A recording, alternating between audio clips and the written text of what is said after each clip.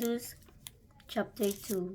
And there went a man of the house of Levi and took to wife a daughter of Levi. And the woman conceived and bare a son.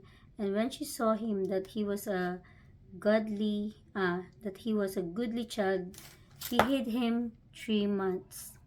And when she could no longer hide him, she took for him an ark of bulrushes, and daubed it with slime and with pitch, and put the child therein, and she laid it in the flags by the river's brink.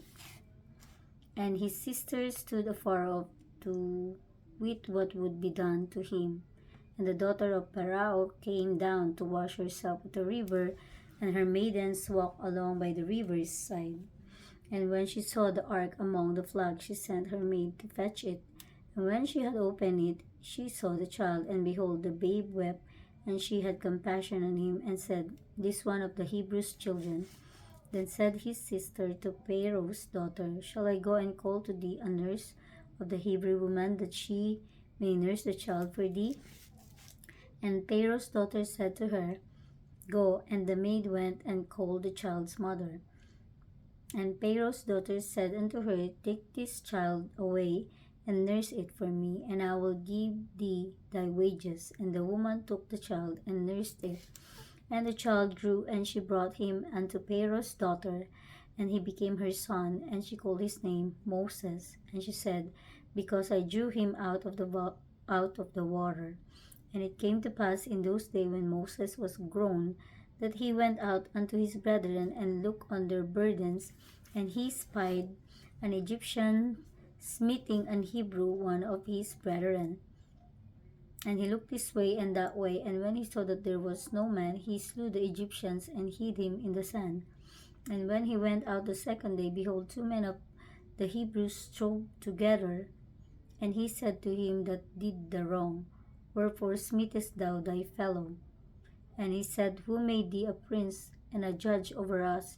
Intendest thou to kill me, as thou killest the Egyptian? And Moses feared, and said, Surely this thing is known.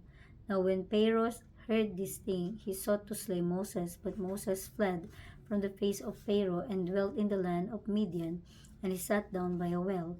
Now the priest of Midian had 7 daughters, and they came and drew water, and filled the troughs to water their father's flock. And the shepherds came and drove them away. But Moses stood up and helped them, and watered their flock. And when they came to Reuel, their father, he said, How is it that ye are come so soon today? And they said, An Egyptian delivered us out of the hand of the shepherds, and also drew water enough for us, and watered the flock. And he said unto his daughter, And where is he? Why is it that ye have left the man, and call him, that he may eat bread? And Moses was content to dwell with the man, and he gave Moses Zipporah his daughter. And she bare him a son, and called his name Gershom, for he said, I have been a stranger in a strange land.